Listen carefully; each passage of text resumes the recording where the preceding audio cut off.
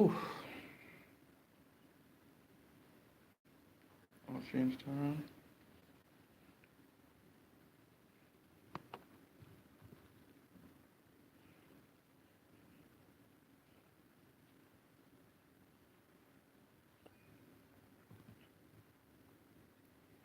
That's crazy.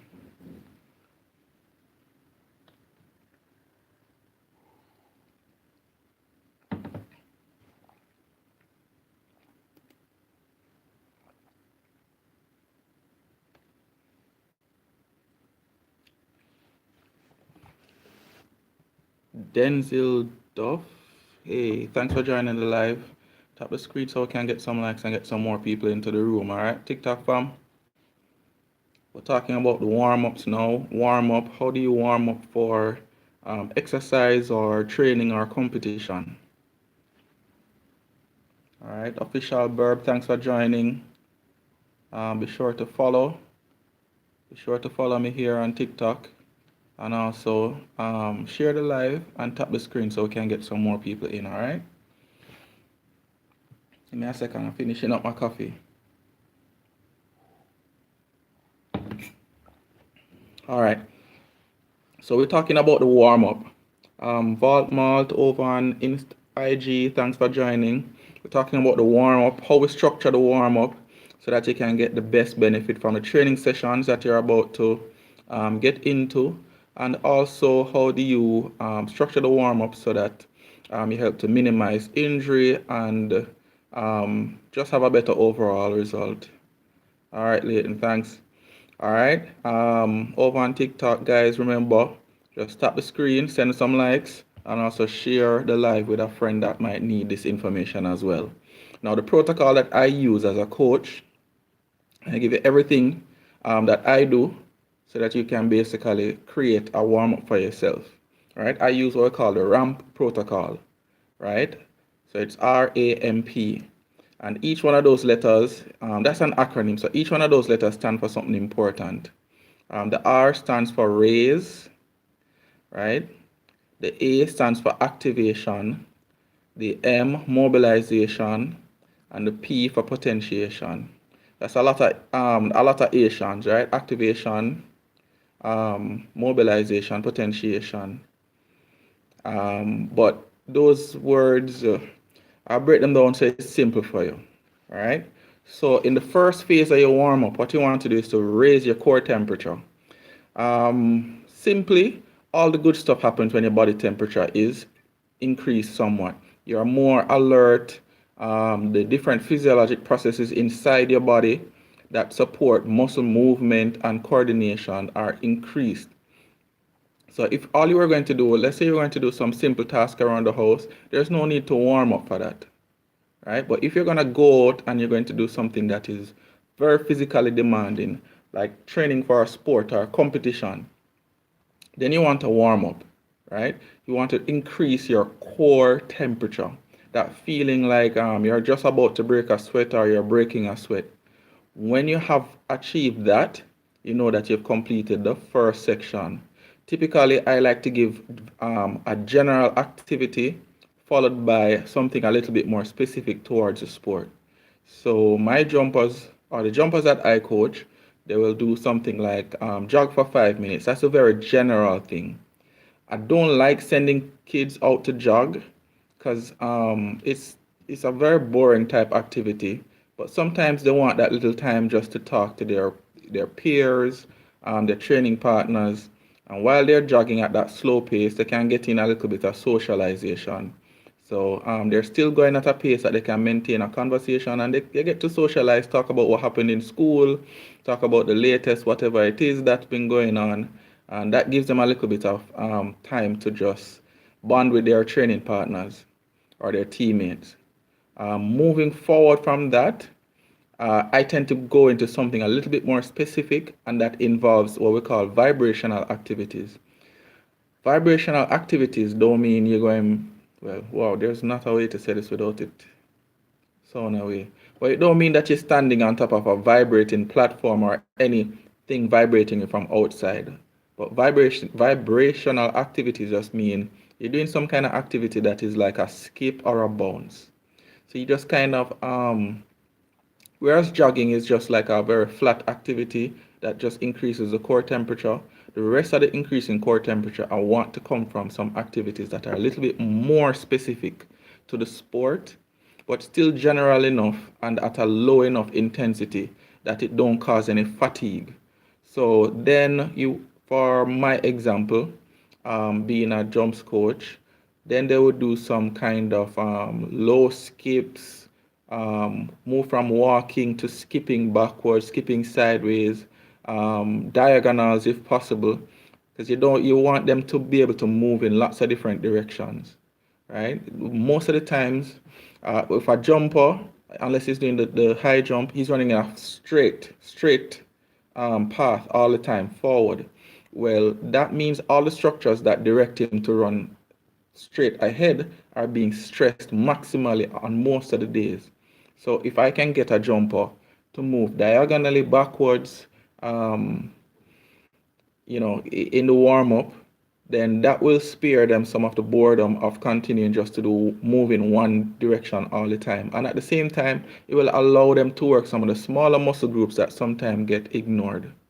All right. So when we're dealing with raising the body temperature, it don't just have to be a jog, like a straight jog, and then after you finish jogging, that's it, and you go and stretch. You can use dynamic types of activities, right? Remember, we're not talking about dynamic stretching, just dynamic activities that help to wake up the nervous system, that help to continue improving the core temperature, increasing the core temperature of the athlete. And that by itself can complete the warm-up. I tend to give them enough for it to take them at least another 4 to 5 minutes. And this is something that I've used even with other athletes, non-track and field athletes, maybe somebody going to the gym for a workout.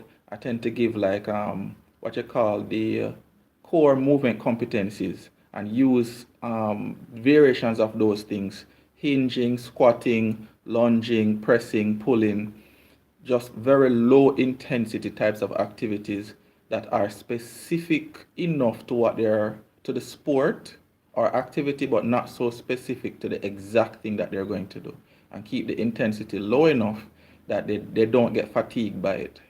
All right. So after we raise the core temperature or raise the body temperature, we'll move on to the next 3 phases. And just for recap, during the ramp protocol, the first phase is to raise the core temperature. Second phase is activation. Activation phase can be tricky, right? But you really want to think of activation as in, all right, so we did general warm-up and then we did something a little bit specific to the sport or activity. Now we want to activate the specific muscle groups that are important to being able to train at a high level in that sport. Generally, you're talking about for land-based sports, you're talking about the muscles that stabilize the core, stabilize the hips, stabilize the pelvis, stabilize the thoracic spine, right? If you're talking about water-based sports, you're definitely talking about the rotator cuff muscles. You're talking a lot about the core and the rotator cuff muscles. All right. In this phase, in terms of activation, you can put in some of what we call prehab exercises. Prehab exercises are exercises that kind of what we call preventative medicine. So this exercise that you're saying, like you're trying to increase certain small muscle strength, right? But you're not doing a whole lot of volume of it to increase the strength by a lot, but you're just microdosing like activities that would increase the strength of certain small muscles that need to be firing for the sport that they're going to be training for on that day. So for example, I remember Dr. Tommy John, he had this protocol that he used to help to reduce muscle injuries, where the athlete would stand and they would do like these types of dynamic coordination type exercises every day, where they would stand on one leg with the legs straight, and they would make circles in front, circles at the side, circles behind them, and then they would do it with a bent knee. Sometimes they would do it tippy-toed, and what he was doing, he was saying this was a signal for the brain to say, listen, coordinate the core activities, core stabilizing activities. Before I go to an exercise, make sure these things are turned on. But for me, I tend to go through like a progression of types of activities. So I'll move my athletes from the ground all the way up to standing, and we're going through things that activate the core itself first.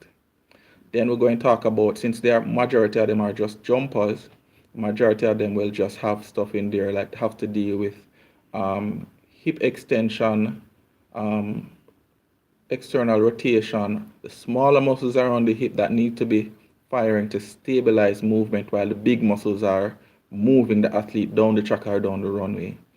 So those are my key activating activities. So we're talking about bird dog. I beat bird dog and dead bug to death in warm-ups because it's an easy core activity that can basically use to move into more difficult types of stuff.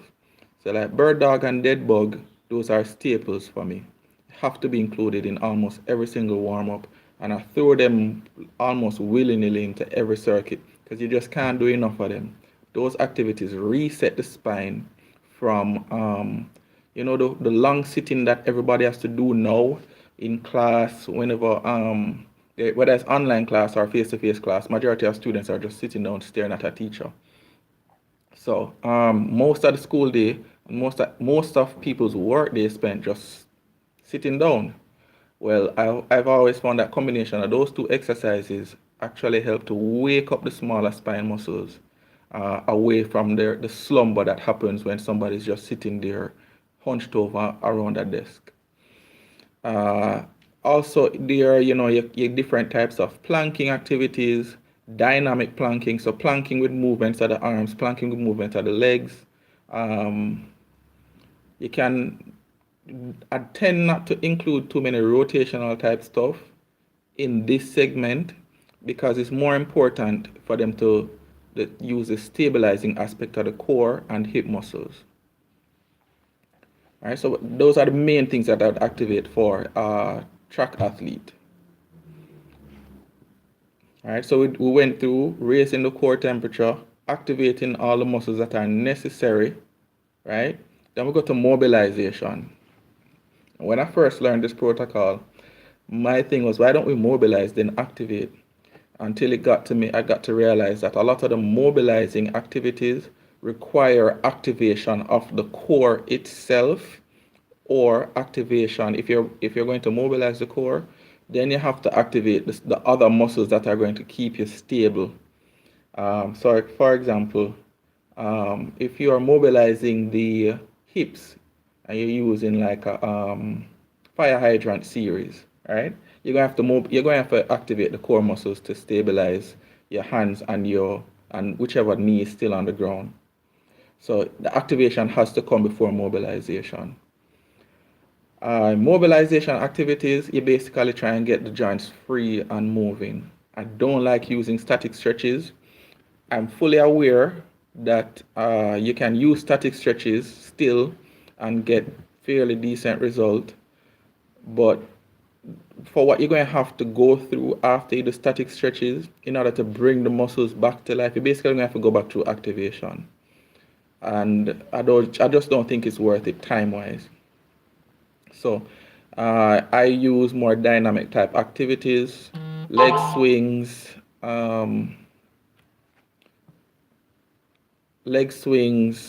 circular movements of the limbs, rotational movement of the limbs, so swinging the leg to the opposite arm, like iron cross, scorpions. What else? So basically move through increasing ranges of motion. So you move to a small range of motion, then a bigger one, then a bigger one, then a bigger one. And keep moving from one type of activity to the next. So sometimes we'll move from mobilizing the hip, move to mobilizing the shoulder, and move back to mobilizing the hip with a bigger range of motion activity. All right, so mobilization comes next. So we raise the core temperature, activate the muscles, right, that are needed, critical muscle groups, all the critical muscle groups, mobilize the joints, that are going to be being used maximally during that training or competition session. And then we go to potentiation.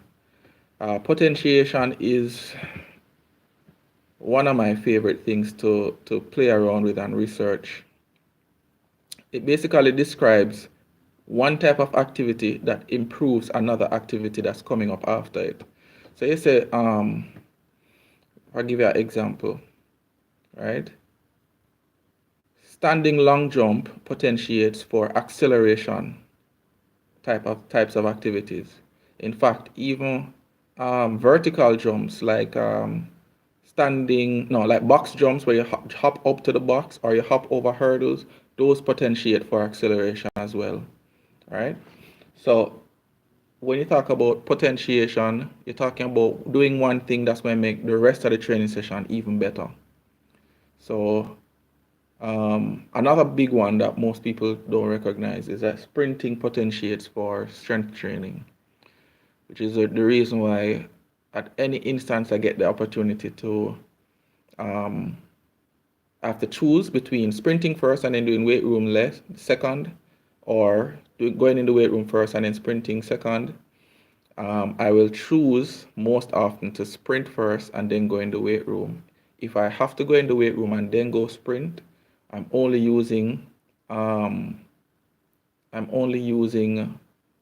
weightlifting, Olympic weightlifting movements, like really fast explosive movements, so that it can potentiate for the type of fast explosive movements that are necessary for somebody who's going to sprint or jump. I'm not doing any slow lifts before we sprint, because the way you do the slow lifts before sprinting, it dampens it slows the athlete up quite a bit. I figure there are some strategic ways to implement that, but I haven't found one that works with the type of athletes that I've trained as yet. All right, so potentiation, other things that can potentiate, repeat vertical jumps potentiate for high-speed sprint training. There's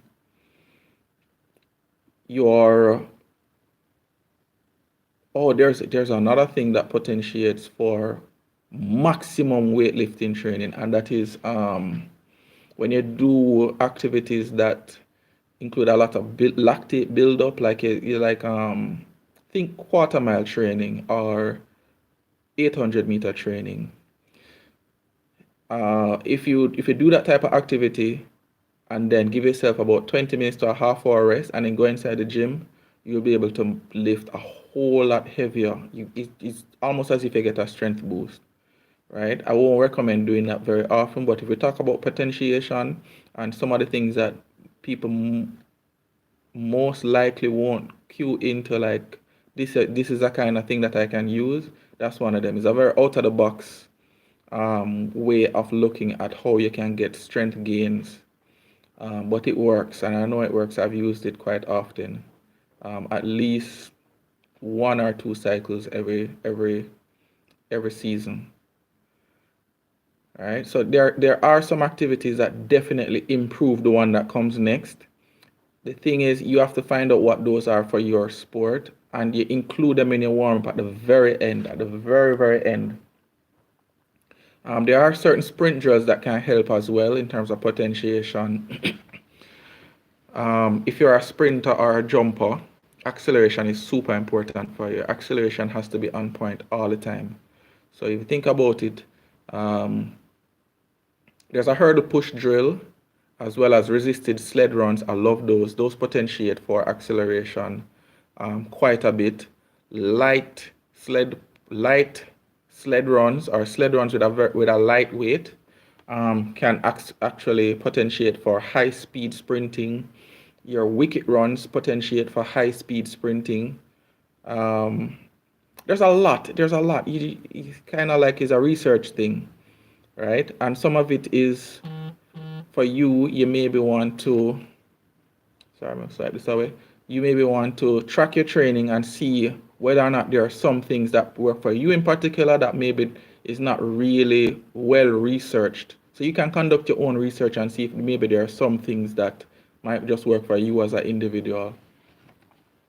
I had an athlete step in the gym yesterday, and there was a set of exercises that he wanted to do. I asked him, I said, why are you doing that? That don't make any sense.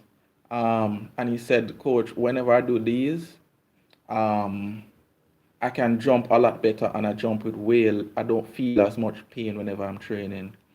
And everything just feels more bouncy for me. I have a better rhythm.